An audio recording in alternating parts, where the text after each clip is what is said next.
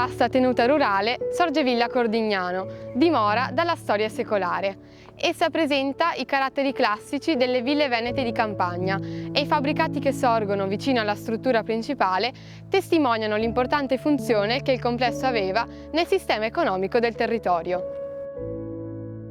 Costruita intorno al 1676 su commissione di Gregorio Rota, la villa attraversò il tempo e diverse epoche della storia italiana, incontrando tante diverse famiglie nella sua proprietà.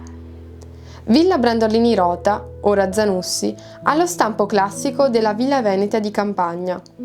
Presenta un corpo centrale a 2 piani e 2 ali laterali più basse. La parte centrale è sopraelevata e termina con un cornicione a dentelli e un timpano. Il salone del primo piano, inoltre, presenta una trifora centrale e delle monofore laterali. Fa parte del complesso anche l'oratorio di San Francesco.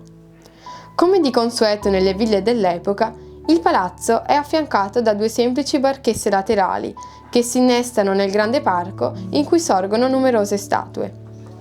La struttura ricopriva grande importanza nel tessuto economico della zona e ciò si può comprendere grazie ai fabbricati che completano il corpo principale e che servivano come stalla, cantina, latteria e serra.